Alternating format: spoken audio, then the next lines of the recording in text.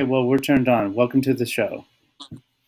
Thank you for having me. What's up? What's up, guys? What's up? Noah Green, What's up, Frank? my good friend Miguel Torres. We're gonna jump in with no intro. I mean, I don't know if somebody doesn't know who Miguel Torres is, then they're gonna have to listen and just discover it. Because I'm happy to have you, Miguel. It's been long overdue. Former world champion, like I said on my social media, pioneer. I think, in my mind, a definite UFC Hall of Famer. I don't know when that's coming, but if I got a vote, that's a slam dunk. Definite UFC Hall of Famer.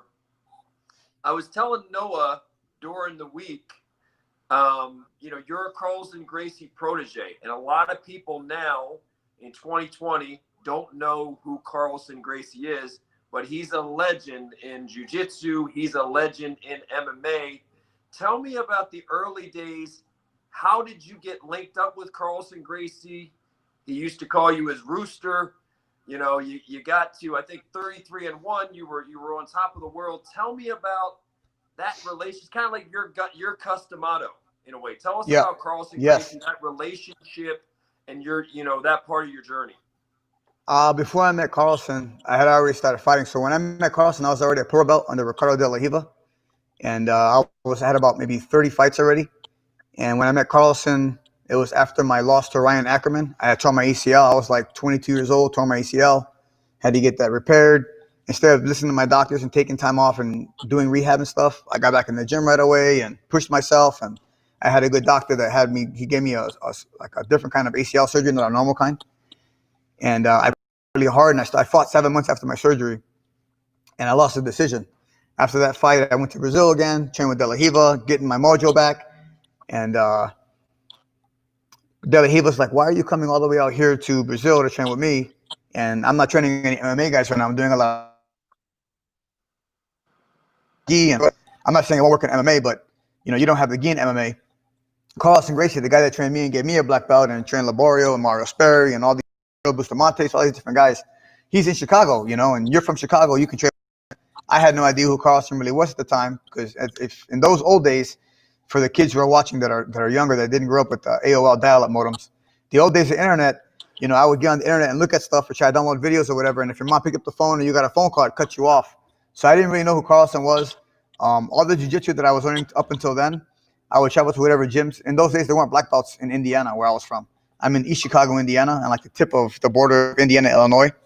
So we're close to Chicago, but expensive to be out there, to train out there with those guys. So I was training everyone in Indiana. So I was going to Indianapolis, anywhere in a 50-mile radius of my home. And De La Riva told me to come meet Carlson. I came back to meet Carlson. Little did I know Carlson was already watching me fight in the Hammond Civic Center where I was fighting at. He had a couple fighters that were fighting in the same shows that I was fighting in. And when I first started fighting, I was always the first or second fight. But I was such a draw and a spectacle to watch, because I was this real skinny little guy at 130 pounds beating up all these big guys. In the old days, there was no weight classes. It was like the lightweight class was 130 to 160. So I was fighting guys that were cutting from 185 to 160 to get in there, and they were like these giant muscle-bound guys. And I'm this skinny little dude with like no muscles and tight shorts that were too big for me. I didn't have my own shorts. And I was winning these fights, so I was selling more and more tickets every time. And the promoters would get mad, because after I would fight, because I was too young to stay in a bar, because I was fighting in bars and clubs, they were like, you can't stay here after the fight, you got to leave. So when I would leave, all my guys would leave with me. So the promoters were like, well, hey, we can't make a video, we can't sell DVDs if there's no people in the front row. So I was like, well, if you want my people to stay, I got to fight later on in the card. So Carlson would watch me, he would stay and watch me fight some of the main event fights that I would fight. And when I would fight in the old days, I would come out with a mariachi band, and I had a whole crew with my own logo and my own t-shirts already. So I was like going to college for marketing at Purdue. And so I was literally given projects to like develop a company and develop a brand and do all these different projects for fake things. And instead of doing something fake, I already had my own gym already. Even though I wasn't a black belt, I was a blue belt in jiu-jitsu.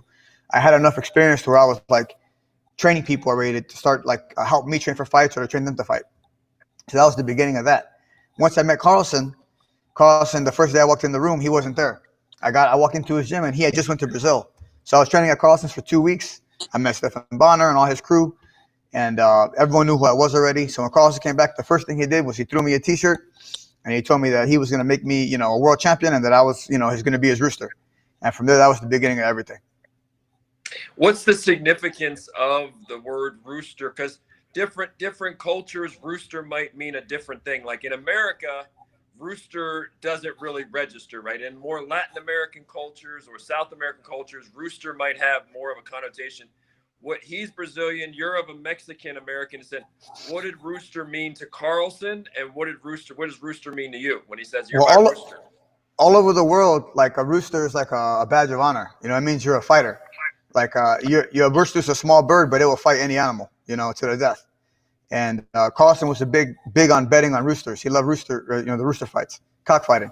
So you know, he seen me as like a little guy, but not scared to fight. No matter how big you were, or how strong you were, I would fight you. And he had seen that, so that's why he dubbed me the Rooster. So I still have that. You know, my hat has it on there.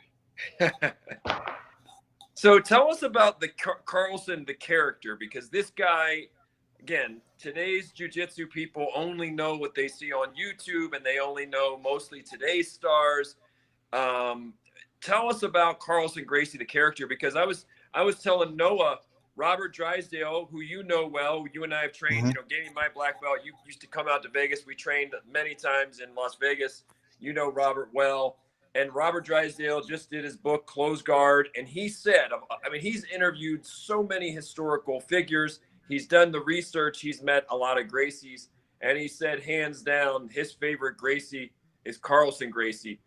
Tell us about the Carlson Gracie, you know, the character, the kind of things he would do, the stories around him. Carlson was an incredible man. You know, anywhere he went, no matter who he was around, he'd make you smile, he'd make you laugh, he'd make you feel good, he'd tell you a joke, he'd tell you a story. He was the kind of guy that would walk into a restaurant, he'd invite you to eat somewhere, and you'd walk in the restaurant. So after we trained, we'd go to Chipotle, we'd go to Starbucks, we'd go eat somewhere, and wherever we went, he'd walk in, he would walk behind the registers, shake hands with the cashier, give them a kiss on the cheek, you know, go in the back and talk to the guys. They had his food ready already for him. As soon as they see him walk in the door, if there was a line, they had his food ready for him already. Most of the times he didn't, because somebody, he was one of their corner. He gave you this feeling of invincibility, like you weren't going to lose, like you were on the right track and you were where you're supposed to be. Carlson, like in my mind, before I met Carlson, I already knew I was going to do something big in my life. I knew I was going to try to make it in the old days, if you were under 155 pounds, you weren't considered a fighter. So I would meet guys and they look at me and they'd be like, dude, you're 135 pounds. My wife's 145 pounds, dude. You're not a man. You don't have the, you know, they would make fun of small guys. And me, I was bullied my whole life. That's why I learned the martial arts, to try to like make a name for myself and defend myself. And when I grew up and I started fighting, and then guys still didn't appreciate that I was like 10-0 or whatever it was. They were still talking crap. I'm like, man, I still got to do something, you know. I got to change people's perceptions of things. And meeting Carlson kind of put that all on the line, because Carlson seen the same thing in me. He's seen how I gave back to my community, how I was training. At that time, I had maybe like 80 people. Maybe like a quarter of those people were training for free. The kids' classes that I had, you know, mom was a single mom with 3 or 4 kids, and only one, she couldn't afford one. I would allow the other 2 or 3 to train for free. I'd get them their gis. I'd help them with tournament fees and stuff like that. So I was really big on giving back, even in the old days, because to me, I always wanted that when I was younger and never had the opportunity. And then when I did find something to do, I couldn't afford it.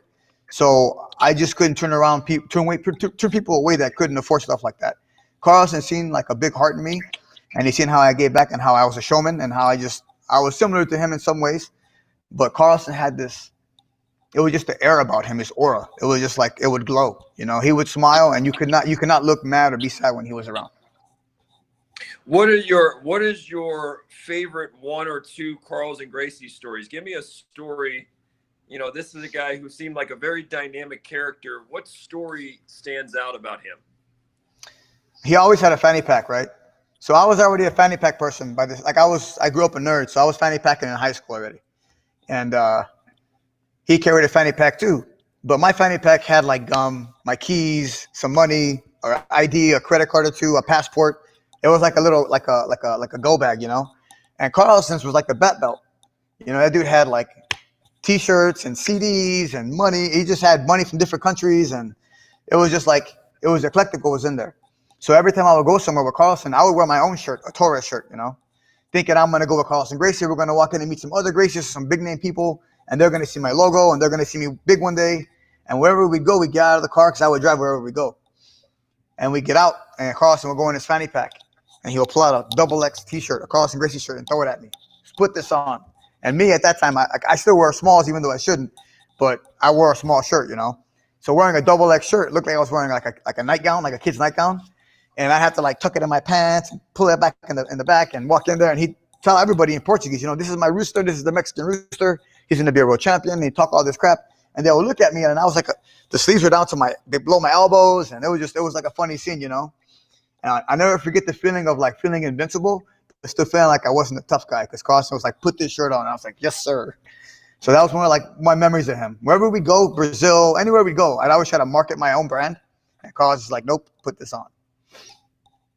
What do you, Miguel? What do you think in terms of, because each academy has its own different identity. Some schools, especially back when you and I were training jiu-jitsu, when only the diehards were training. It was like the military. It was wrestlers, former wrestlers. It was fighters, and everybody else. You know, our wives, our girlfriends. Everybody else thought that we were crazy, and you're never going to make any money, and you're always hurt.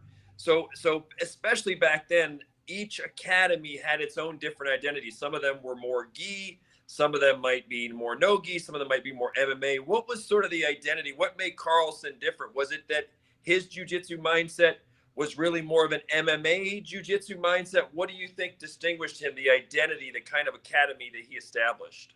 I would say the big difference between Carlson's gyms and any other gym I've been to is that Carlson's jiu-jitsu wasn't just for tournaments. Even though they had a lot of champions in tournament settings, he trained a lot of fighters. So he never turned away catch wrestling or any technique from a different style of grappling that looked effective and that was dangerous, he would use. And he wouldn't turn away a technique because it was not bound by the Gracie system or whatever, you know. He was very open to different techniques. He used boxing, he used wrestling, he used judo, he used kickboxing. He used a little bit of everything. And whatever worked is what he wanted to teach. And he was always about the finish. Control position, always being heavy, putting a ton of pressure. My logo actually is his old fight team, Arabentasal. Under my logo is I have the same thing. That Arabentasal means surf. And that surf, when the water hits the shore, the water's hitting the rocks. And then over time, the rock turns to sand. You know, that means with consistent pressure, you can break anything. And my gym was kind of already formed that way because, again, I didn't have a lot of tutelage from a black belt or a brown belt to teach me good techniques. I had blue belts that were teaching me. And those, if you were a blue belt in those days, you were a monster. And in those days, you kind of built your system off of that. You know, you were a leg lock guy, and it was all illegal moves: heel hook, ankle lock, wrist locks, neck cranks. It was all the dangerous moves. The stuff that they won't teach now, they were all about that in the old days. Whatever was going to work effectively.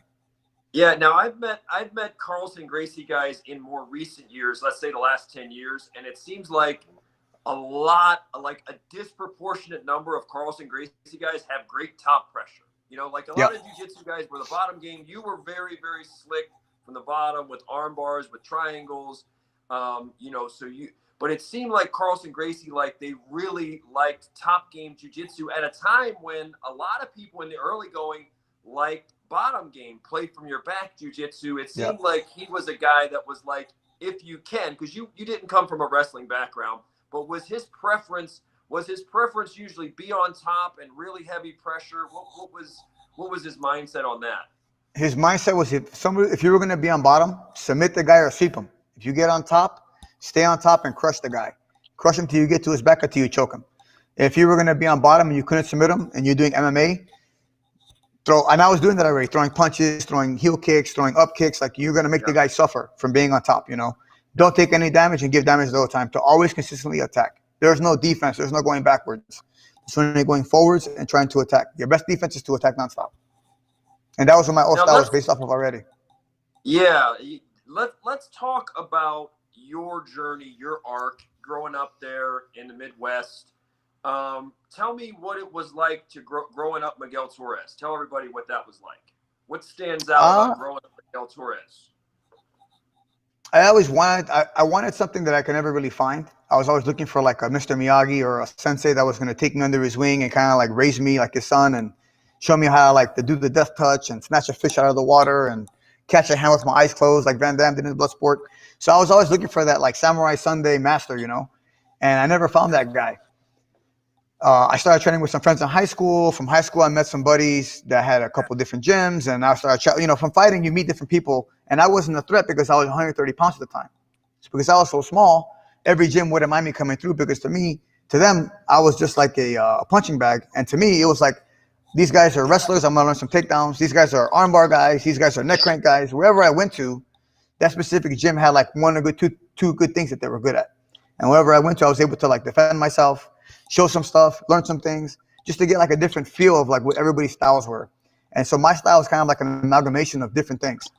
I think in the early days, what separated me most was that I fought so much. I was going to school at Purdue, and I didn't get a ton of scholarships, so I had to pay for it myself. My parents couldn't help me out, so I figured instead of taking loans out and being stuck in debt, every semester I had 6 months to pay it off in a deferment. I'd fight, maybe like 4 or 5 times in those 6 months and try to make $300 or $400 a fight, sell a bunch of tickets, market my own shirts, and then pay my tuition off that way.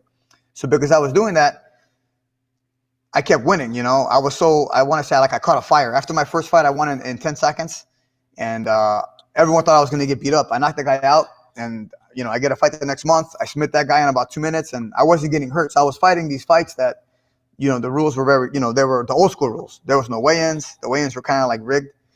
It was between 130 and 160. If you looked all right, the same height or whatever, they put you with somebody.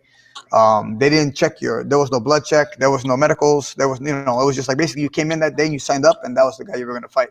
And you had no idea who you were going to fight sometimes. You're in a room of like 20 guys, and you're all sitting down with your camps. Did they even weigh the other guy in front of you? Or probably just like, no, just trust us. He was 160, or like. There was always 2 scales, right? So they had it like in the small little locker room where the girls would change, right? And so they had a scale there, and the porters in there, and there's like a line of guys. So you never seen nobody else weigh in. So you had no idea who you were going to fight. That day you walked in, everybody would walk in and sign up to fight, and then they would get the weights that matched the closest, and they put them together. That was the old days. Yeah, and then there was no glove check. I fought with these old gloves. They were the Marco Huas Vale Tudo 2000 gloves. The padding was all on the back of the fist. There was no padding in the fingers or knuckles. So when the referee would come in and check your gloves, he'd grab your hand like this to see if there was padding on the back of your fist, but he didn't touch your knuckles. There was no tape. So I would literally punch guys with like a leather glove, like a going outside glove, not like a fighting glove. So the old days were kind of crazy.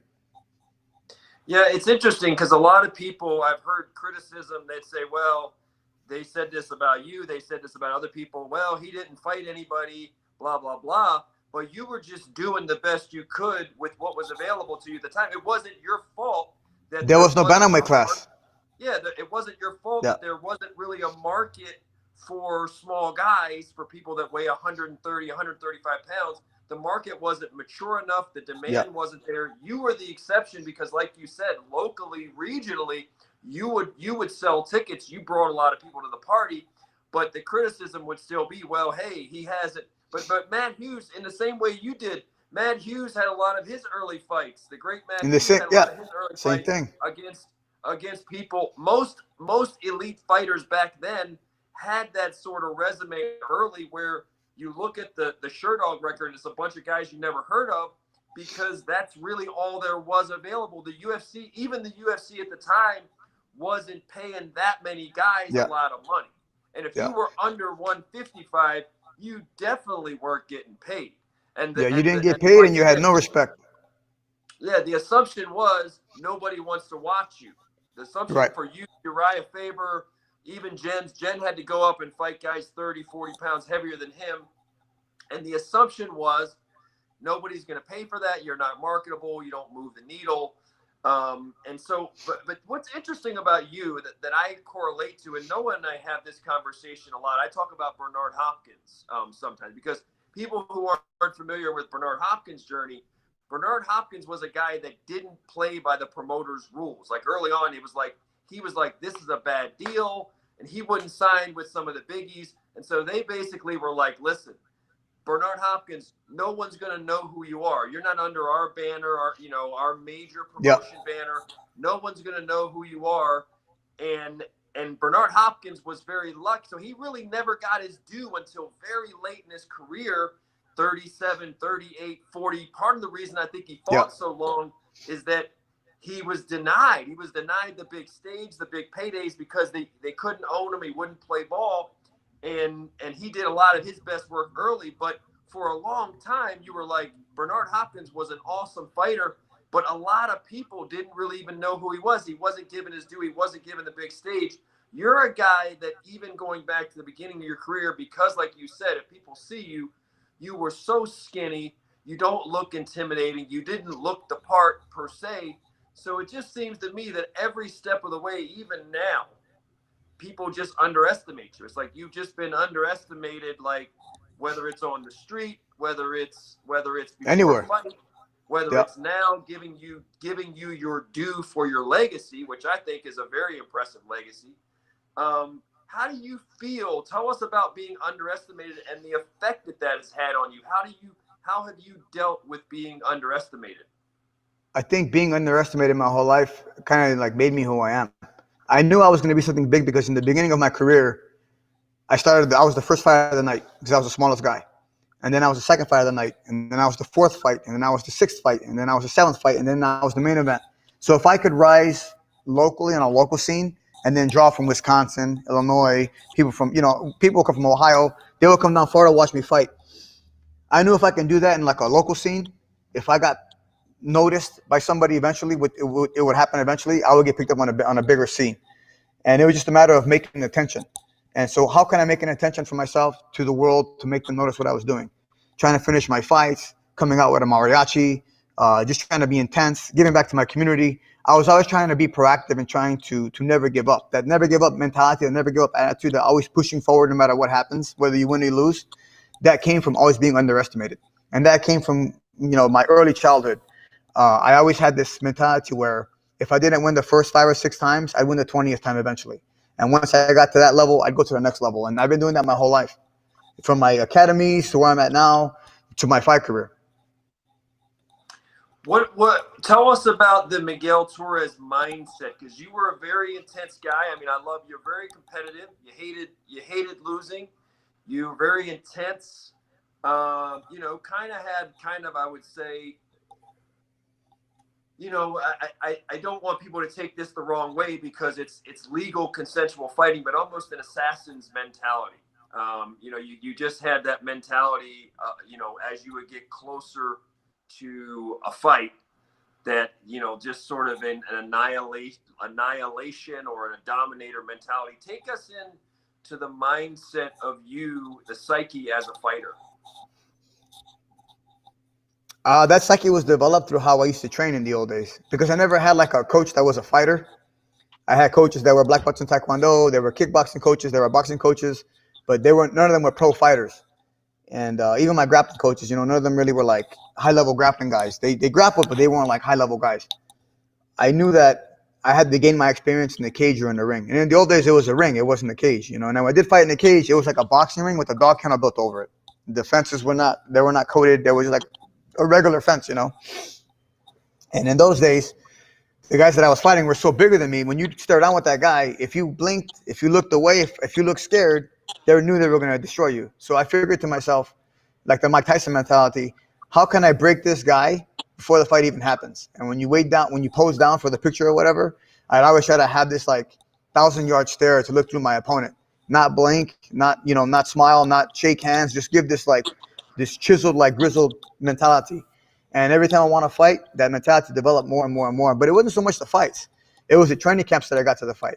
So because, again, I was training, kind of however I wanted, I figured I had a group of 10 guys. We had a mat, and we'd have 4 guys stand on the corners because the mat was in a basketball gym, and the mats weren't, like, fixed. So the mats would, like, move around. They were like those yellow mats that were, like, they put them in the UFC locker rooms, that they were, like, Velcro together.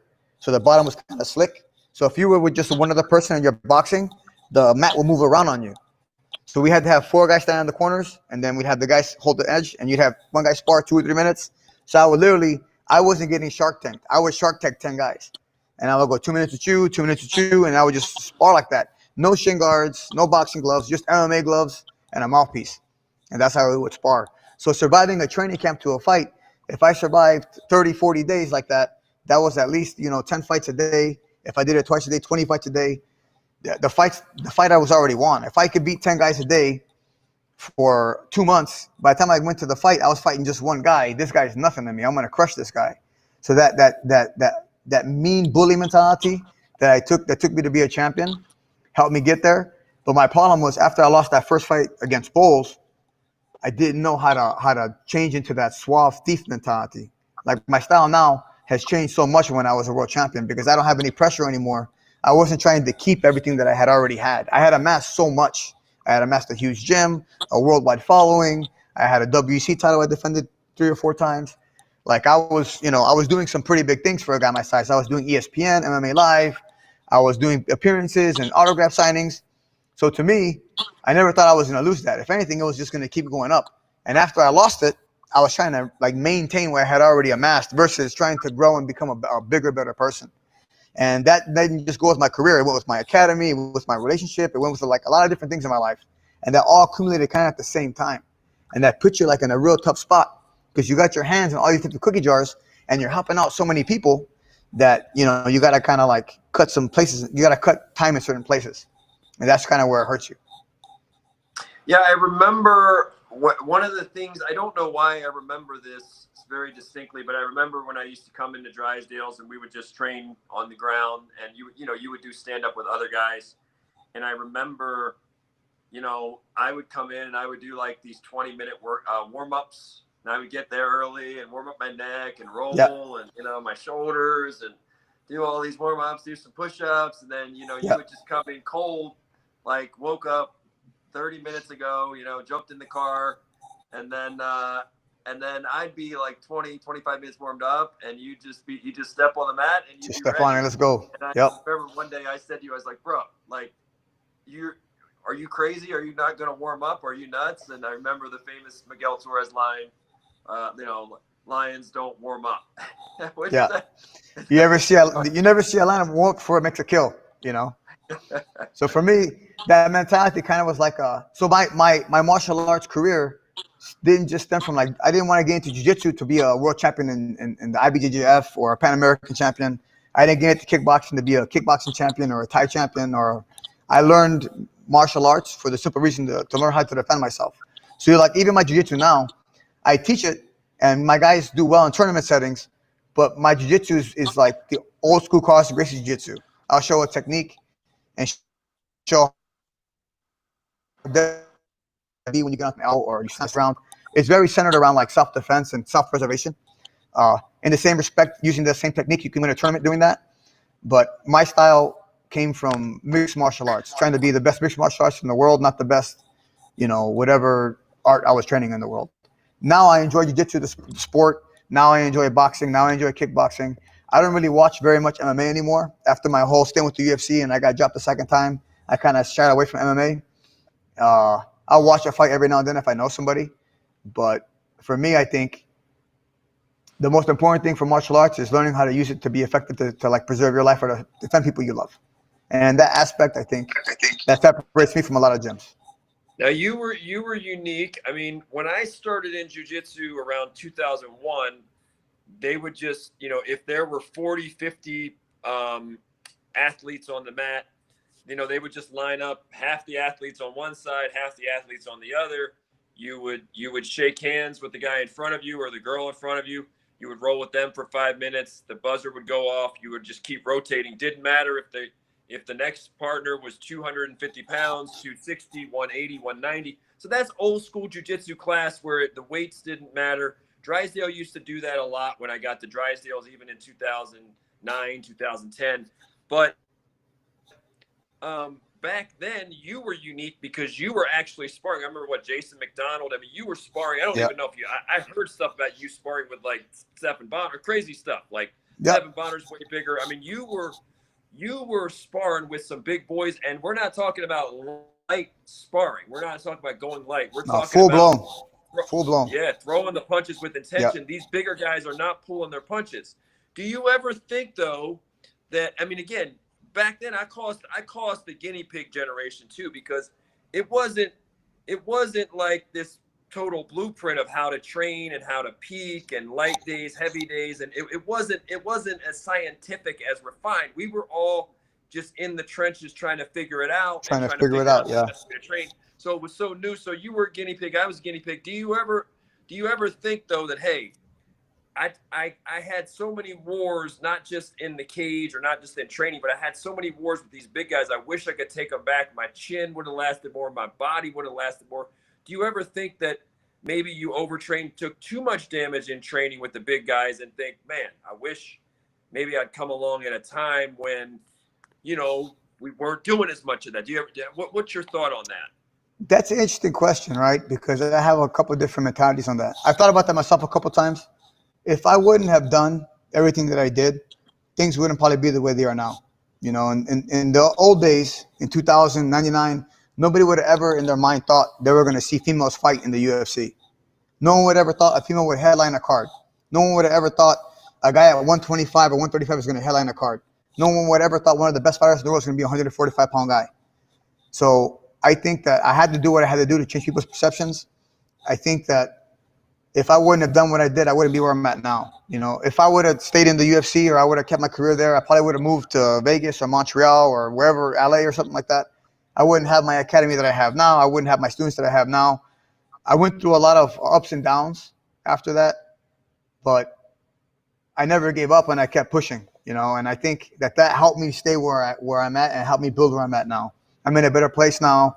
I broke my leg last year. I gained some weight, but I already lost 8 pounds. It's been 4 or 5 days. All I did was clean up my diet. I look at your post, Frank, and I'm like, man, this guy eats so clean. I feel so dirty because I'll be eating like a taco and I'm watching your video and I'm like, oh man, should I do this or not? I got a Pepsi in front of me. I got a taco in my hand, some rice and beans, and I'm like, man, I'm gonna eat it anyways. I started doing a keto diet on Monday, So for me, I wouldn't be where I'm at in my life if I wouldn't have went through what I went through. And I can't wait to see what's gonna come out of what my stories got. I have a good story to tell. I have a good experience. I have great students. I'm healthy again. So for me, I think that everything that I went through made me who I am. I can't change anything because things will be different all over the world.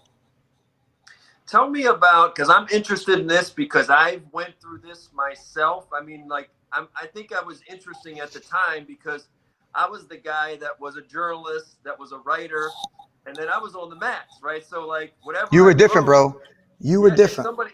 If somebody didn't like what I wrote, I was held accountable. See you on the mat, yeah. Yeah, you got these journalists in the NFL, in the NBA. They can write whatever they want about LeBron, about whoever, and they get away. They get away with it, right? But I was accountable because it was like, all right, I'm on the mat. So if I got. But that's why your jiu-jitsu got so good, man. That's why you're so good at jiu-jitsu. You had to defend your shit, huh? That's awesome. Yeah. So I wrestled a lot, just like you, just like Drysdale. You've seen me. I'm ultra competitive. I do not like to lose. So I grappled a lot. Going back to my wrestling days as a teenager, I grappled a lot with my ego. And my ego was heavy because it makes things heavy. When you hate to lose, even in training, it makes things heavy. It can ruin your day. It can affect who's around you because you can be, I could be hard to be around sometimes because things maybe weren't going my way. I wasn't winning. I wasn't performing like I want. And I'm not the easiest person to be around because I get maniacal. I would get obsessive. Talk about grappling with your ego and how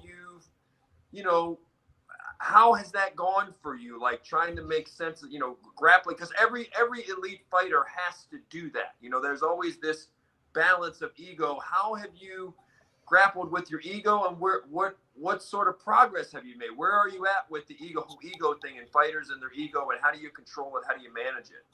My whole ego got put in check when Dana White fired me on Twitter the first time. Totally got put in check.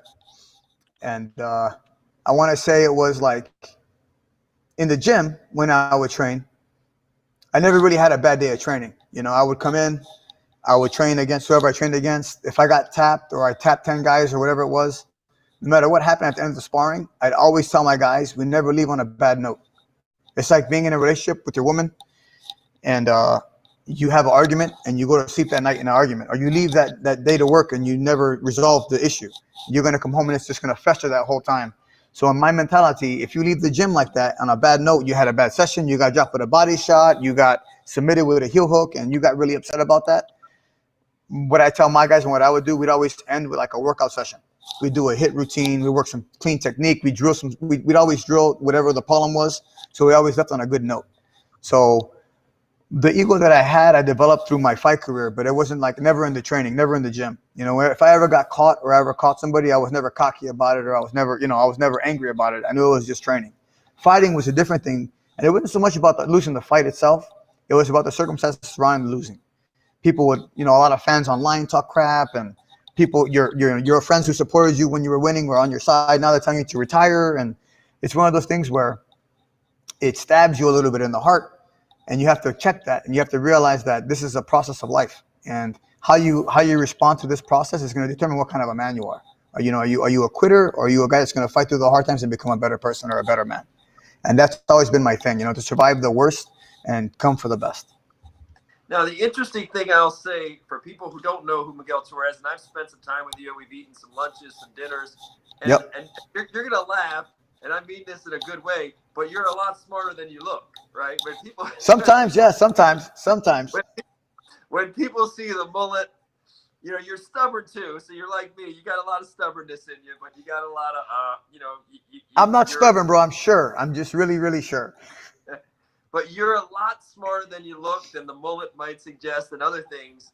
And so, when you were going through the after your career and dealing with you're at the top, and then maybe some you go through some things and things aren't going as well, and people who were on board the bandwagon are now jumping off, and you're sort of whatever dark space you go into.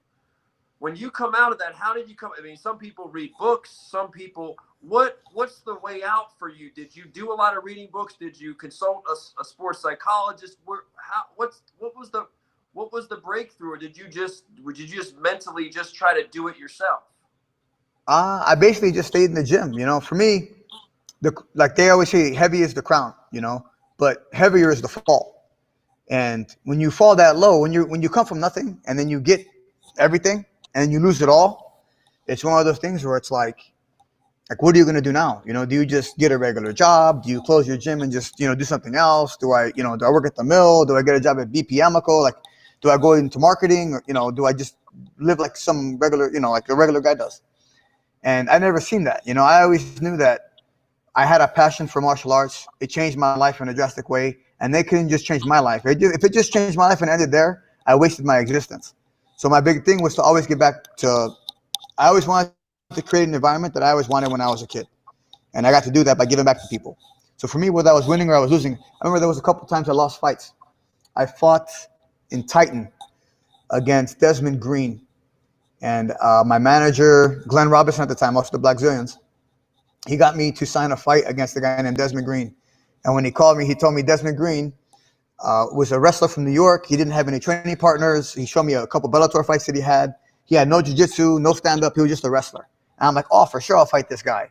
After I signed the contract, Faraz Zahabi calls me the next day. He's like, hey, man, why'd you sign that contract? Desmond's one of our guys. He's been training here for the past 8 months. He's been staying in your room where you were staying at when you were staying here. And I'm like, what? So I was like really upset about that, I went into that fight and I got knocked out with a knee. Really, like in the first round. I want to say it was like less than 12 hours. I was on a plane to come back home at 6 a.m. I took an early bird flight, so I can coach my students at a grappling tournament. So even though I had got knocked out, I had a split lip. It was my birthday, because I fought on the 17th, the 18th was my birthday. It was my birthday, and I had just lost a fight. And everybody in that tournament for sure watched that fight. And I walked in that morning to go coach all my kids and my adults that day. That's just a testament to like how much I love what I do. Whether it's winning or losing, it's always about being a better person and trying to be a better man. If I would not have went to the tournament, my students would have seen that, my ego got in the way, or that I couldn't handle a loss. And that was even the speech that I gave to my kids, win or lose, you guys are coming here to do your best. As long as you do your best and you keep your head up in the end, you're a winner to me. And that's always been what I preach to my people. So I got to live the same way. What psychologically wires someone to go into a cage and fight? Because a lot of people, right? You ask people their top fear for a long time, something like public speaking would come up, right? People were terrified to go and speak in front of 100 or 200 people. Nowadays, if you ask most people, like, hey, we got a boxing match for you, it's 4 rounds, or we have a cage fight for you, it's 3 rounds, whatever, 3 minutes, 5 minutes. A lot of people, it would terrify them.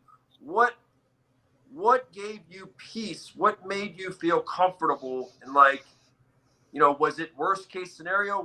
How did you make peace with, I'm going into a cage? And eventually, when you got to WEC, where you were the champion, when you got to UFC, you're fighting the world's best. So how did you make peace with, like, hey man, this is my deal. I'm cool with this. Like, cause that's a terrifying thing for a lot of people. How did you make peace with the fear so that you could go out there and perform and do what you do? There was never any fear. I had trained so much and I had trained so hard that I was never scared to fight anybody. Even when I didn't train properly. I think you were in the academy at Drysdale's when I was training with AJ Agazarm for the fight against Benavidez. Yeah. He took me off the mat and I tore my bursa. From the bursa being torn, I got a staph infection. So my whole arm, from my shoulder to my fingers, I still have this documented. I had pictures of all this. I was on a run of antibiotics for 6 weeks. The infection was so bad in my arm, and they would not let me back out of the fight. I couldn't train. I didn't box. I didn't wrestle. I didn't do jiu-jitsu. All I did was lift weights. I literally had a staph infection in my arm, my whole arm. I couldn't do any of that stuff. Situations like that kind of like they develop your character to tell you what kind of a person you are. I don't know, man. It's a weird ride. For me, the fighting was never about even that fight. Going into it, you always do a self-audit before you walk out to a fight. So every fight that I walked out to, I looked at the other person because you're in the same hallway. I knew that the guy, I had him beat already. I knew he was already beat. Whenever I didn't have a good training camp, whenever I was doing too much PR or I was injured or I had a bad knee or an infection or whatever, and I couldn't like do things the way I used to do them, it wasn't so much that I didn't have skills. I didn't have the confidence inside my heart because I knew I didn't put the same time in. When I would do a self-audit in my earlier fights, the other guy was a boxer, a Navy SEAL or whatever he was, a karate guy or a judo guy. I knew he just trained in that one art. And I knew he probably had a regular job and he trained at night or he trained 4 times a week. I knew I trained twice a day, every day, whether I had school or work. I lifted weights. If I couldn't sleep on that, I went for a 3-mile run. I was always doing something to try to accomplish my goal. And it wasn't so much about being stronger physically. It was about being mentally and spiritually stronger. And that kind of always pushed me over the edge in my fights. That's why when I would stare guys down, I'd have this intensity in my eyes. And it wasn't because I was a bigger guy or I was a stronger guy. It was because of my spirit energy. And that was derived through how I spent all my time, how I spent my free time. And then when I got to the UFC, the WC and UFC, those guys were doing the same things as I was doing. So if I didn't put that same time in, I couldn't feel that area of visibility because I knew that there was something lacking in that process of time. What would you tell, since you would purge the fear, you would conquer the fear during training when you had your good camps. So fear was not an issue come fight week or fight night. What would you tell a young fighter who is dealing with the nerves during fight week, who's got the fear, who's thinking, what did I get myself into? I've got a tough opponent. What would you tell them? Train till you're not scared no more. If you're scared, that means you're not training right. You're not training hard enough. That means you're not ready. Don't be scared. When you're not scared anymore, you're ready. That's all I can really say about that.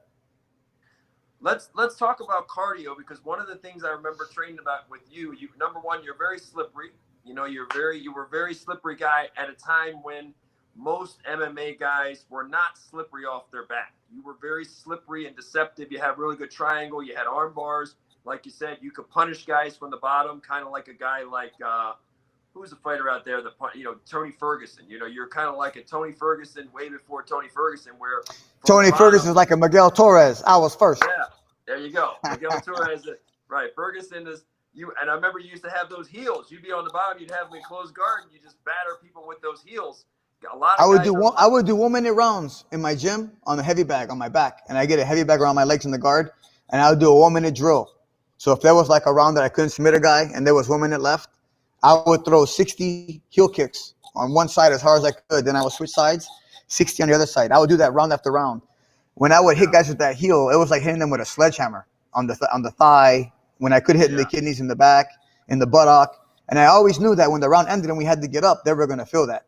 They had to get up, walk to the corner, sit down again, stand up, we'll come to fight again. Leg kicks were going to hurt worse. Takedowns were going to be different. I always knew that I was going to grind a guy down eventually. What I also remember when you and I would roll, sometimes we would even be on the road, like the WEC, we would be on the road and you would be there and you wouldn't, I guess you'd be with somebody else. You wouldn't necessarily have a fight, but you would be there and you and I would train. And I remember you used to like those like 30-minute rolls and you did not get tired. Like it was like I did sometimes get tired. And I remember, it was like I knew when we rolled together, if we did It was those going to be a marathon session. rolls, it was just like keep going. It's like if nobody gets tapped, we just keep going. Kind of like a kumite. It's just like keep going. And you always had, not only in training, but in the fights, you were your cardio, kind of like a Diaz brother. Your cardio was just always on point. That's one of your greatest strengths. You have that incredible cardio to just keep bringing pressure, keep attacking. And if it's minute 20, minute 25, minute 30, whatever, you always had that. That was something. Well, that was because of how I trained. We had the old days. We would spar, and even though we had a timer, we never used it. So I would get guys to come down from Canada or from New York, wherever they would come from, to come train for like a week or two. And they would show up and they'd be like, well, what are we going to do today? I'm like, we're going to spar. So I can get to know what you guys know and see who you are. We're going to spar. So like, what do we need? Just your gloves. No shin guards? No, we don't wear shin guards here. Mouthpiece, if you want to wear a mouthpiece, you don't have to if you don't want to. How long are the rounds? And I'm like, well, as long as you last. It could be a 1.5-minute round. It could be a 5-minute round. It could be a 10-minute round. I don't know. We're going to see how long you last. And we would spar that way. So to me, because I sparred my guys that way and my guys are used to that, we were always trying to like put the other guy away immediately with a submission or try to drop him with a body shot. We didn't want to knock guys out with headshots too much because we had small gloves on. We didn't want to hurt nobody. We threw to the face, but we didn't try to knock somebody out with a headshot. So we didn't want to hurt nobody. But the body shots and the leg kicks were full blow. And the grappling session, when we got to the ground, was very nasty. So when somebody came from a different gym and they were used to a 3-minute round or a 5-minute round, that mentality totally that zapped their whole energy. Just hearing that kind of like wiped the whole look on their face. Was like, oh man, what did I just walk into? And then you get to touch that guy, and then they don't know what they're walking into. They've heard about you. And in those days, there was no YouTube. They didn't put your fights on YouTube yet. So guys would hear about me or read about me, and then they would meet me. And like you were saying, they're like, there's no way it's this guy, or there's no way this guy can do that. And then we'd spar, and they'd find out. So for me, that whole cardio, that whole never give up attitude, that whole always pushing through the worst, that came from the gym. And like you said earlier, if I would have trained smarter, like when I met Carlson told me I always overtrain myself. And he was right. He goes, you're going to get hurt and you're going to train hurt. It's going to get worse. And after he had passed, a lot of my injuries came from overtraining like that. So there was a point to that. But it was weird because it was a double-edged sword because that kind of made me what I was. Right. Yeah, it's kind of like Eric Morales. A lot of people don't know who Eric Morales is. The Mexican fighter Eric Morales. I think by the time Eric Morales was 30 years old, because of the way he fought, he was busted up. I mean, he wasn't the same at 30. I mean, I think he effectively retired. He peaked at like 28, 29, and then, a lot of damage. But on the other hand, his if I interviewed him or his coaches, probably the counter argument would be, well, he wouldn't have be the legend that he is if he didn't fight that way. That's who he was. So it wasn't going to be a Bernard Hopkins career, right? Right. Or a Mayweather career. So let's talk for a second, though, about the mullet. Since you it looks, I can't see the back, I guess, but you have the mullet. So So that's sort of your signature, I guess. Like, there's probably a lot of T-shirts there in Indiana. By the way, can Noah and I get some mullet T-shirts? Can we get a T-shirt? There we go. I'll hook you up with a T-shirt and a hoodie. I got to respect them on the T-shirts and hoodies. I will hook you up for sure. I think Noah's a double XL, probably, or maybe, I don't know what it is. It might be triple XL now. You might not make them that big. You might be special order for Noah. I can make whatever you need, boys. I can make whatever you need. Frank, you're a medium? I'm probably a medium, but like you, I've seen how you dress, and you're more of a medium guy. Like you wear, yes, sir. Always worn shirts that were like way too small, and then bust through them. Yep. You've always. I can't wear big shirts, man. It's not my style. I gotta pick up my hands and you see my belly button. It's the only way it works. This is the thing. How many students? First of all, how many students do you have at Miguel Torres, your academy there? How many students do you have, roughly? Pre-COVID, so I opened a new academy in a different town. I want to say it's about 15 miles from my original gym where I was at. Before that, I had 200 students before COVID. We were open for like 3 months. No website, no advertising, no sign, just word of mouth on Facebook. We had about 200 students. After COVID, we had 100. So we're climbing back up. We're like at about 130 right now, but we're working our way back up. the whole thing with COVID kind of slowed everything down. A lot of people were scared. People were nervous coming into the gym, and the whole thing with the masks. And it's just a big nail in my heel right now. But we're doing well. We're still doing well right now. We survived the first run. I know we're going to do well next year. So when you had 200 students, how many of those students had a mullet? I'd say at least 25. Like right now, we probably have about maybe 15 guys that have some strong mullets going on. Really? It's catchy. Yeah. You know the whole you know the whole story of this, right? You know the story of how I got this? You can tell us what inspired the mullet. I was training Eddie Wineland when he was in WC, and he was champ. And I didn't have a mullet yet. Carlson had passed. I didn't cut my hair for a year because Carlson always wanted me to grow my hair long. And I didn't shave. I didn't cut my hair for a year. And then a year passed. Eddie Wineland lost against Chase Beebe, and he disappeared for a while. Reed and someone, who else called me? Someone else gave me a call. It was the other guy that owned WC. He hits me up, and he tells me, "Hey, Eddie Wineland hasn't called back for a while. We want to know if you want to fight, in WC." And I wasn't going to say no, so I said, sure. I signed the fight. And then I thought to myself, I'm going to be on live TV, but what am I going to use to not market myself, but separate myself from the other people, or the other guys? And most guys had tattoos, and they had these cool looking, logos or whatever. I wasn't going to get tattoos. I'm not a tattoo person. So I figured, as I'm thinking this, I'm in my mom's kitchen, and my dad's drinking a cup of coffee, and the window's on this side, and it's sunny outside. So there's a halo around his head, and it's just mullet. My dad he has curly hair, so he has this amazing mullet. He's had it his whole life. And as I seen this, I knew, as soon as I looked at him, it was like seeing a picture of a saint. I was like, that's what I got. That's going to be my look. I'm going to get a mullet. So I cut the sideburns off and then rocked the mullet from there on out. You said something, and now you and I know each other well, so you won't take this the wrong way. I probably could make this comment with many other people, but you said, if I'm hearing you correctly, for 1 year you didn't get your hair cut, and for 1 year you didn't shave. But the interesting thing is, you're not like Drysdale. You can't really. What is it about? And a lot of my Mexican buddies can't grow. Noah's got the beard going. Drysdale's got the beard going. What is it about some of my Mexican hermanos that they just can't get a real beard? Because I don't remember you having a beard. It wasn't. It was a dirty mustache. It was just. If you remember the first fight that I had,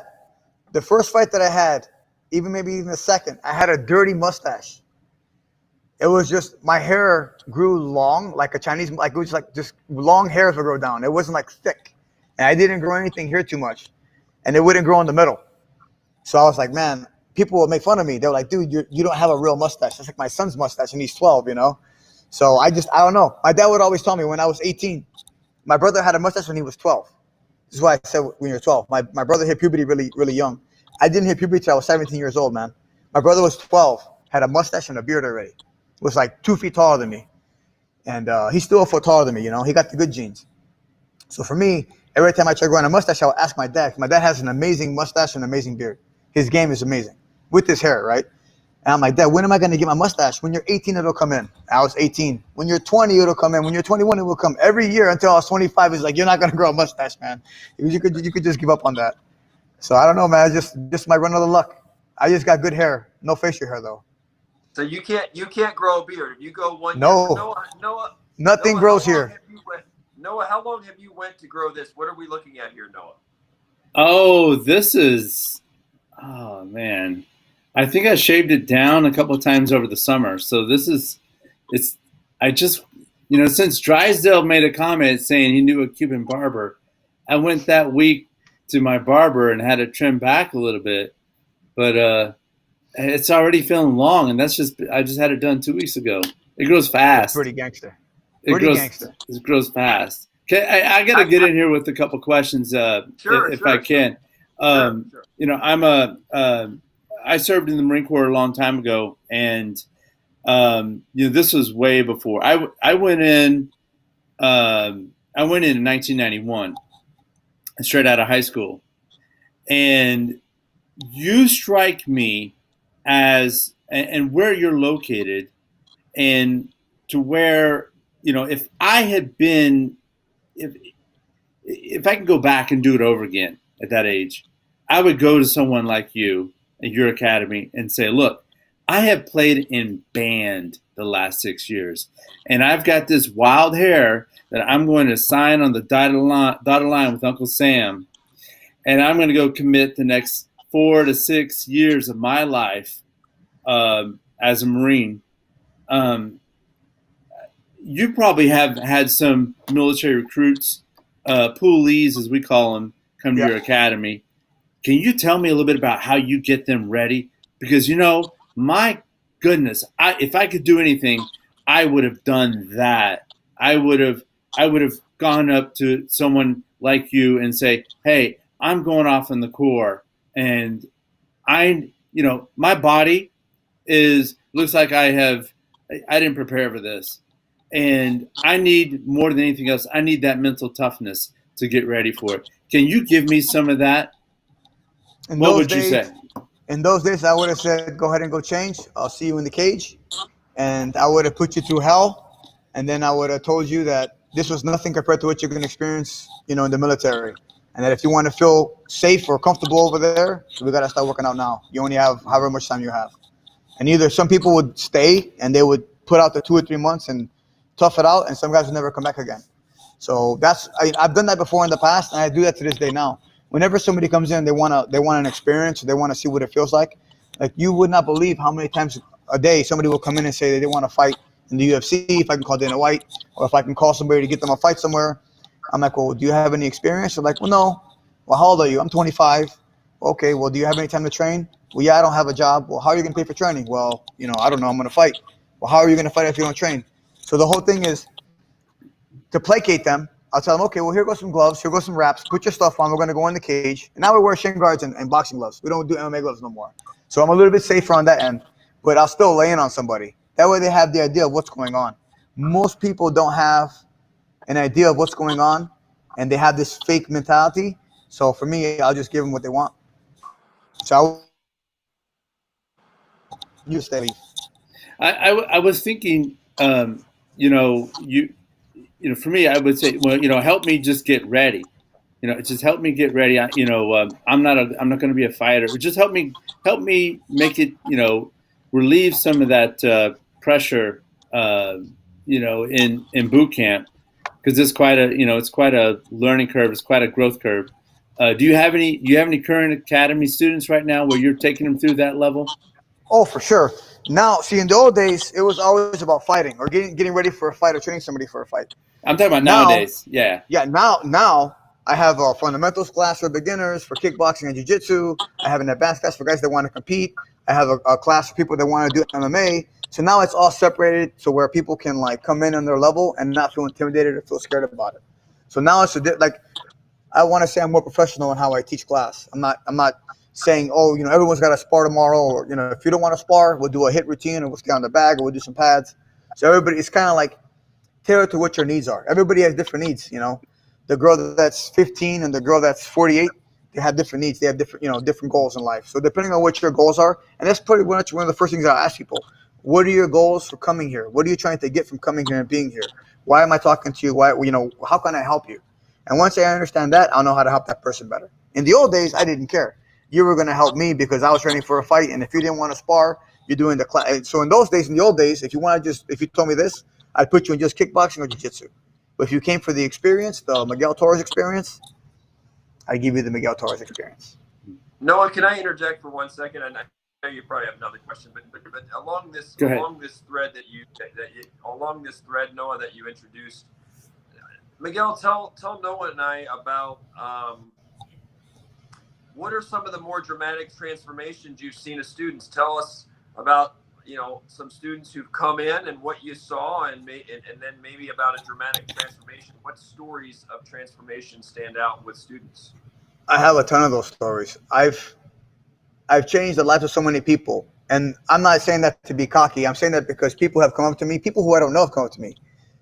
I know that what I've done in WC and UFC has helped out so many people, because people that watch me fight that didn't think that a small guy could be a jiu-jitsu champion or a world champion or a fighter or whatever, That's how I know I'm old. I'll be at a Naga. I was at one of the first Nagas that was out here, and I took a team of people out there. And I met a person maybe like 2 or 3 months ago at a Naga. And they were like, "Hey, Miguel, I want to say I'm a big fan. I appreciate everything you've done for the sport. You never got your due. I was 9 when I watched you fight, and I was a really skinny guy and didn't think I can do this. And when I see you do it, I knew I can do it. And I started my gym when I was a purple belt and da da da da. And now I have 10 guys here, and I'm like, man, that's amazing. I've met so many people like that I didn't train.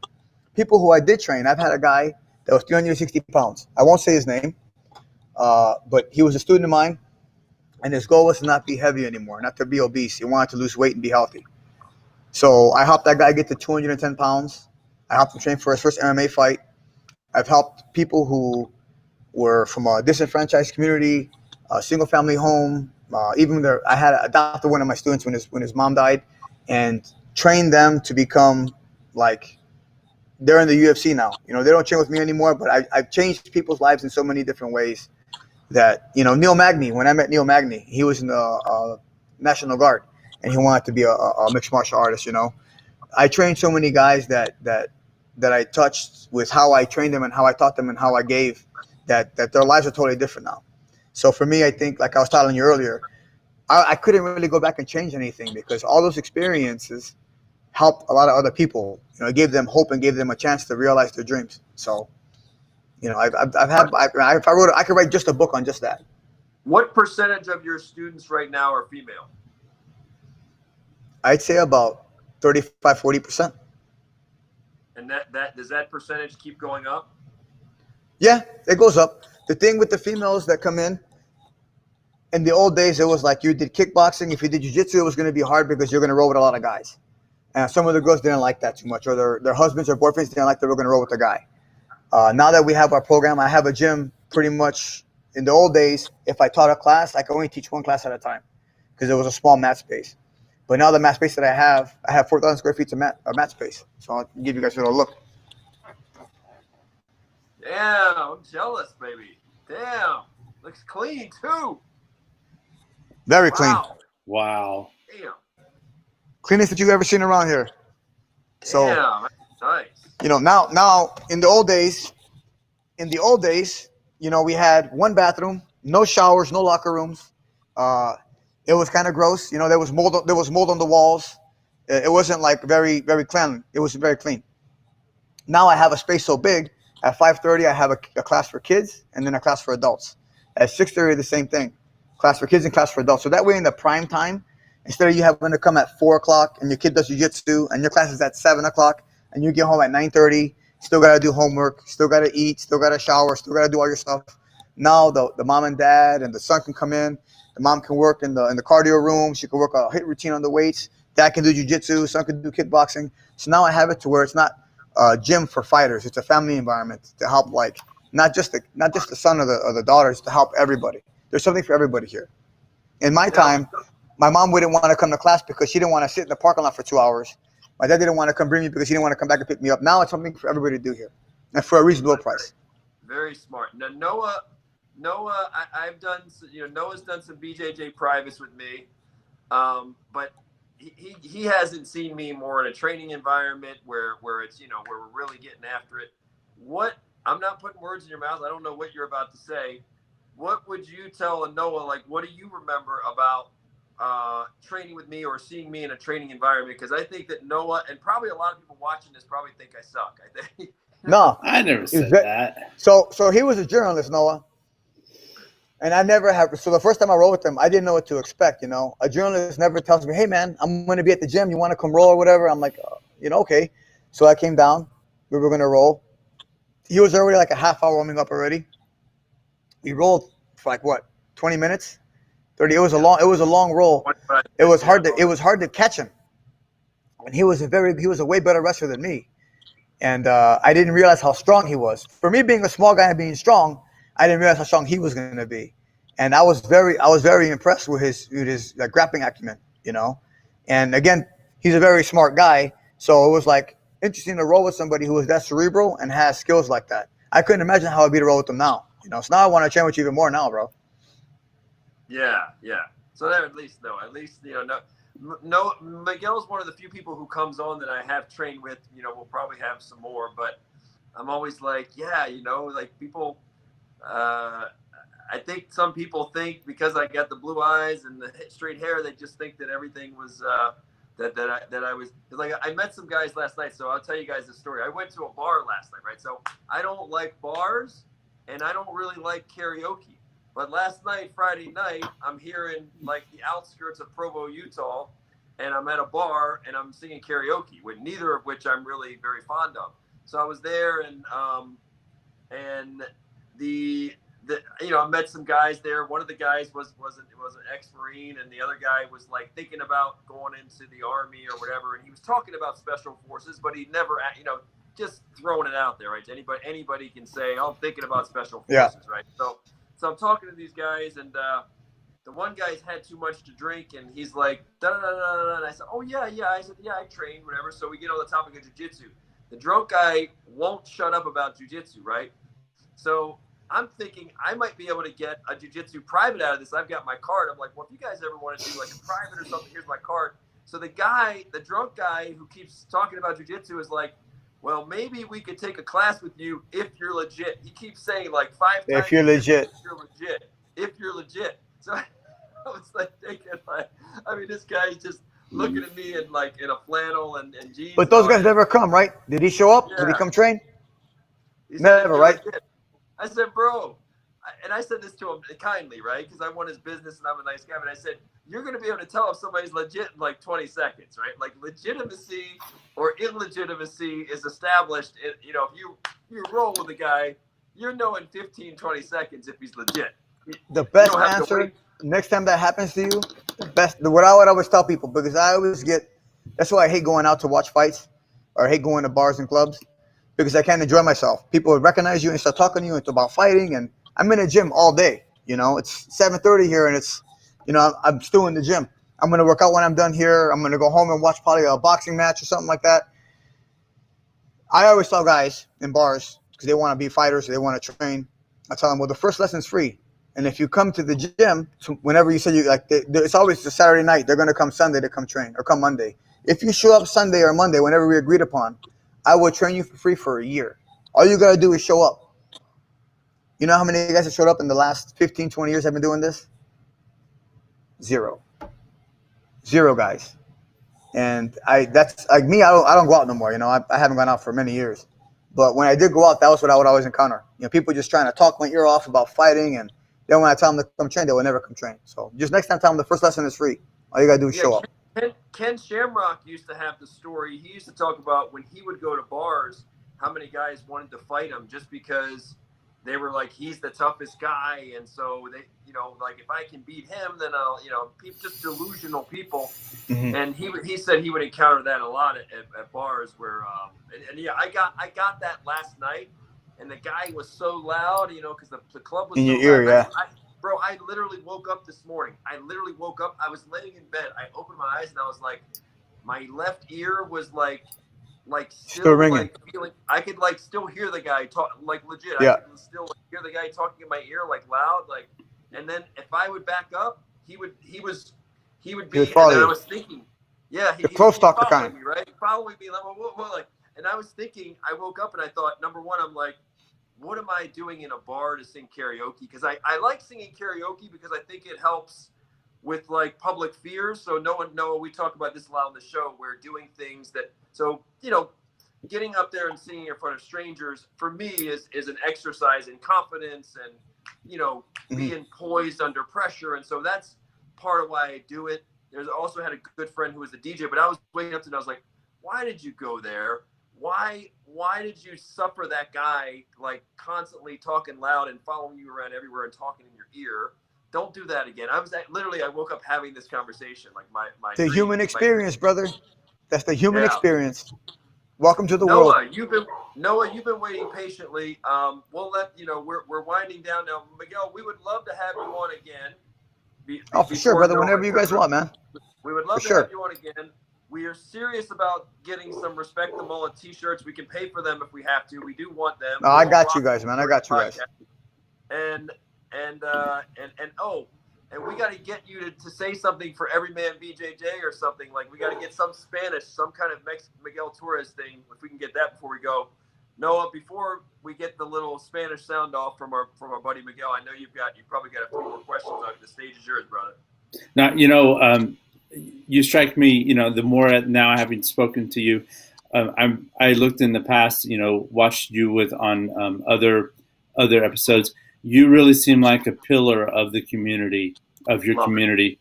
And I want to express gratitude towards that ethos that you carry. That is a true warrior ethos, is to care about your flock, care about your community. And it's clear to me that your experience in life with fighting has built your has smooth that marble, smooth that wood out to where it's just a refined product. But we're never finished pieces of work. We're never at that end stage. So what are you working at today on with respect to your role in the community and how you're developing the next generation of jiu-jiteros in the community? My whole mentality and what I do is like, I always want to leave a legacy. And to me, a legacy isn't what you've accomplished. It's what you leave behind for the people that you leave behind, So for me, I always wanted to build something to where people trusted me to train them and to teach them jiu-jitsu or kickboxing or mixed martial arts, not because of what I learned from somebody else, from what I've experienced and what I've learned and what, my travels have brought to me. I think that living the actual art itself gives you a different perspective when you teach. Carlson fought 2-hour fights, 2.5-hour fights, no gloves, no rules. I think something like that, him being my coach, knowing that he did things like that and he believed in me, gave me that air of invincibility. And I try to give that back to my students. So my biggest thing is whenever I can be at a tournament, if I'm not out of town or I'm not training for a fight or I'm not doing something for a fight, I'm going to be at every tournament. I'm going to be at every fight that I can be at and support my students. That way they know that they have a guy that was, I don't want to say I'm like Carlson, but that would give his all to his people. And that was how Carlson was. He was the kind of man that gave his all to his people. And if you were in his inner circle, you were going to be in his inner circle. You were his person. You were his guy. Thank you. Yeah, I appreciate you coming onto the podcast today. Thank Frank, you, Frank, I'll hand this back to you. Oh, yes. Yeah, I did want to, Miguel, what do you say? I thought of this because Noah's question. What do you say to, because everybody right now, the thing that's happening now, this didn't happen back then. There were pioneers like you, Uriah, Rich Franklin, and Anderson Silva. There were people who were really in it. Dan Henderson, Couture.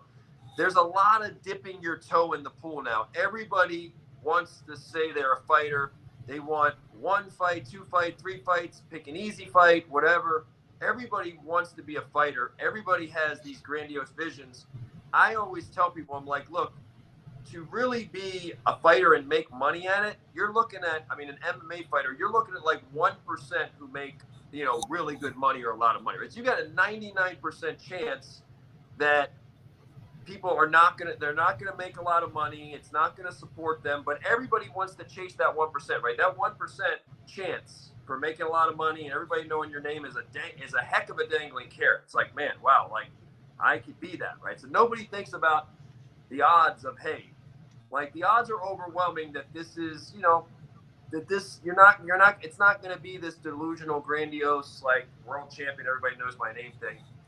What would you tell people out there? Again, I know your thing is, well, come see me on Monday, right? I guess that's your thing. If they say I want to be a fighter, that's the Miguel Torres solution, which is just come see me on Monday, glove up, and that's a good start, right? You're serious. You just like to throw them right in. Then you just like boom, just swim with the Well, I want to right test away. them. I want to see what they're about. So when I get a guy that comes in and gets beat up and has a bad day at jiu-jitsu or a bad day in kickboxing, or he got dropped with a body shot or his leg is destroyed, if he doesn't come back tomorrow because he was in pain or he was sore, he's never going to be a fighter. If the guy comes back the next day and can't spar but wants to still train, now he's going to become a student. and now he's going to understand what it's going to take, what he's going to have to go through. So for me, the faster I get to put somebody to that process, if they're trying to really be a fighter, the faster I could give them that mentality of what they're going to encounter. I'm not in that sense. I'm not trying to placate you because I take that very serious. That's my one thing in my life that defined me who I was as a person. You like to weed them out. You like to weed that out very quickly with the Miguel Torres litmus test, which is, okay, there's a pair of gloves right there. We have. Okay, so you like to just Drysdale and I have had this conversation. Noah and I have had the conversation. How can you tell? Because I always say, if you have 100 students on the mat and they're all white belts, and you look around and you try to predict who's going to be the good ones, who's going to stay, who could be a champion. Easy. So for you, that's what? You got a room full of white belts. They're new. What are you looking for in that first week or 2 weeks to say, this person could have that it? It says they could stick around for a black belt. They could do well if they ever competed. They could be among the best in the room. What are you looking for? First thing is they take action. They come to class as much as they can. Next thing is self-respect. They respect themselves. They don't talk during class. They don't mess around. They're not there to joke around. They're there to learn. And they have a goal. Third thing is they have goals. They want to be a black belt. They want to fight one day. They want to compete one day. They want to be a world champion. However small their goal is, they have a goal already. Goals can grow. Goals can grow up or go down depending on how your life changes, So for me, those three things, their actions they take, not the words. I've heard so many people talk and they never show up. And then I've had guys that don't talk at all that show up and do everything. And then, pretty much how they respect themselves. Do they eat right? Do they sleep? Do they take care of their family if they have a family? Do they drink? Do they do drugs? Do they go out at night?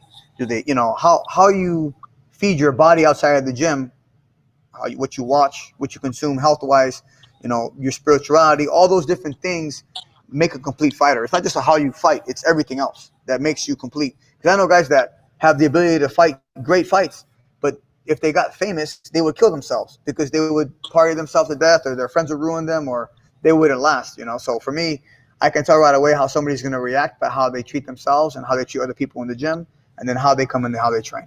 And you don't got to be the best guy in the gym to be a world champion, but you got to be consistent. You got to ask questions, and you got to come around, and you got to be a part of everything. Those are the guys that are going to last the longest. Let's dig a little bit deeper then in your why, because Noah said this, and I'm glad Noah said this, because I was thinking I missed this question because I was going to ask it, and then I lost thought of it as we were going, and that was like I really am to echo what Noah said. Like, bro, you deserve, like, a lot of people out there in the MMA community, they know Miguel Torres, the fighter. They've seen you in the cage. They know you at the press conferences. They don't have any idea how entrenched you are, how important you are to that community, how much stuff. And you legit going back to the early days, you've always been that guy that was all about the community, all about helping. If people didn't have money, you didn't turn away. You've always been that guy. You've always had that generous spirit. A lot of people, even the fans back in the day, they didn't know that Miguel. They knew the mariachi Miguel, they knew the mullet, they knew the showman, they knew the attacking Miguel, always coming after you, fight anybody. But they did anytime, anywhere, any place. You really were that kind of guy. Anytime, anywhere, any place. Like Chuck Liddell, you were Diaz Brothers. You're really one of those guys. But let's dig a little bit deeper into the why. You said, hey, Frank, hey, Noah, I think I was doing it because I wanted to create an atmosphere, a gym, be the kind of instructor that I wish I'd had when I was younger. Let's go deeper, though. Why is that still important? Let's go a little deeper into that layer. Why is it so important? Because a lot of people do what you do, and I'll be honest, some of it is just for show. It's just for profit. Like, you were doing it when it wasn't about profit. Why is that so? Why is that just the way you're wired, or is there some life event? Why is that so important to you? Before I knew what visualization was or manifesting things, I was already doing that. I got turned down so many times when I wanted to fight. I went to boxing gyms. I went to kickboxing gyms where there was like real fighters, and they would always turn me down. And I never understood why they would turn me down. So for me, I always knew. Can you guys still hear me? Yep. Okay, hold on. I can't see the camera. Give me a second. I lost you guys. I'm so sorry. Give me 1 second. You're good. We hear you fine. I got a phone call, and then Let me get Chrome back up. Okay, here we go. Got you. Sorry. Yeah, So ask the question one more time. Start yourself from the beginning. You were saying that you would go to other gyms and you would want to train. You would want to train with them. Or you would want sort of a challenge, and they would turn you away. So people would turn me down or tell me that I was too skinny or I didn't have the right body frame for it. Or I was too small. They would always tell me that I couldn't do it. And I knew inside, in my spirit, in my heart, I knew I could do it because I survived so many ass whoopings when I was younger from a lot of different people. I knew that if I learned how to whoop ass, I wouldn't have a problem, you know. I know a lot of guys that used to be bullies or used to fight all the time. When they got punched once or they got hit once, they cried or they backed away or they cowered away. They couldn't lose fights. I know I could lose a fight. I just need to learn how to win a fight. Once I started learning how to win fights or how to become successful, I seen the power in how strong martial arts was. It literally transformed my life. It literally helped me to figure out my identity. And I knew that if I can pass it to somebody else, that I would literally not just make $500 or win a medal or get a trophy or a belt or win a fame or whatever. I'd actually really change somebody's life. And if I could change somebody's life, I think that was more important than me making money or winning a medal or getting a belt. Because when you change one person's life, that person now has a charge to try to pass down to somebody else, and it's like a good virus, you know. So for me, I always wanted to pass on that same feeling of confidence and of power, not strength, because I'm still not strong, but I feel like I have this power. People always say I walk cocky, and I say yes, I do walk cocky. I earned that walk. I was like, I walk that way on purpose because I'm powerful. My spirit is heavy. That's why I walk with my hands like that. So for me, giving back to my community and giving back to even people that couldn't afford it, because I couldn't afford things when I was younger. And when I couldn't afford things when I was younger, I was like, man, if only I could train here, I'd be a whole different person. And eventually when I got to train somewhere and become a different person, how could I give back to my community that people that don't have money or that have kids that they can't afford certain things? And that gets into a whole realm of politics, where they shouldn't have so many kids or they should have more money or whatever it is. I was born into a family that didn't have money. It's just the way it is. I had friends that grew up that had money and they can do whatever, just hockey lessons and play on traveling leagues and do all these things. And they weren't even good athletes, but they couldn't afford to do the experience. So for me, I always thought, how could I teach somebody who couldn't afford the class, experience of life-changing experience that can make them a better person and literally give them the confidence to pursue their dreams. And most people think that when they hear, oh, I want to be a scientist, I want to be a doctor, I want to be whatever I want to be, people will turn them down and say, well, you better think of something lower or lower your expectations. I wanted to be a world champion in mixed martial arts, and I wanted to change the world as far as fighting went. And in my own way, I believe I did that. Whether I get that respect, I get that honor or not, I know in some way I did that. And I know that I can pass that on to the youth and to even if you're not a child, even if you're a grown person. I have students that are 70 years old that wanted to do this their whole lives, but they couldn't. And then they met me when they were 60, and then now they train kickboxing or jiu-jitsu, whatever it is, and they're on the mat every day. They lift weights. And I have guys that are 50 that come in, they're not even in half as good a shape as these guys that are older than them. So I know that the martial arts can change your life at any point, any time. It's just a matter of when you decide to get up and get off the couch and get on the mat. So that's what I want to, that's the legacy I want to leave behind for my people. That's beautiful. So can we get in Spanish? We want to get it in Spanish. Can we get something that says something like, this is Miguel Torres, and I'm here and welcome to the Everyman BJJ show with Frank Forza and Noah Green. Whatever. I'm gonna say Frank and Noah. Yes, Frank and Noah. However you want to decorate it. You can get fancy. You can add on to it. I got you. Soy Miguel Torres. Oh, my bad. I got you. 3, 2. Soy Miguel Torres. Aquí estamos con Everyman BJJ, con Frank and Noah. Los mejores de los mejores. Escuchen aquí el máximo. That's great. Oh, very nice. Very nice. That's great. Well, this has been wonderful. We'll be looking for the respectable t-shirts. I'm not hit. Send me your guys' addresses and your sizes, and I'll send you a hoodie and a t-shirt both. Ahorita. Yeah, Noah has a reverse mullet. He has a facial mullet. So you can still rock the shirt then, bro. You're all good, man. You're all good. Well, thank you very much for coming on to the show. I really enjoyed getting the opportunity to speak with you. And, thank you, brother. And the gifts that you provide. And I enjoy, and I really enjoyed this. Frank? Thank you, brother. All you. No, Miguel, thank you so much. You got me inspired. I'm like, I need to step my game up. I need to do more to share the art with others too. So, Bro, like Miguel, you do so much, man. I promise you do so much. I watch all your stuff, man. Like you inspire me, Frank. You inspire me, bro. I'm getting healthy because I see how you eat and how you train. I'm like, bro, I have no excuse anymore. You know, I got to get back on my shit. So thank you, Frank. I really appreciate you, brother. I do. I appreciate you, man. Thank you, brother. I appreciate that. Awesome. Yeah. Well, I'll see you guys. You guys have a great rest of the weekend. And Miguel, we would love to have you on again, brother. Thank you, brother. I appreciate it, man. 2021. Thank you, brother. Anytime. Thank you. Whenever you guys want, hit me up, bro. Send me an email with your addresses. Absolutely. We'll do. All right, boys. Peace. Thank you. Bye.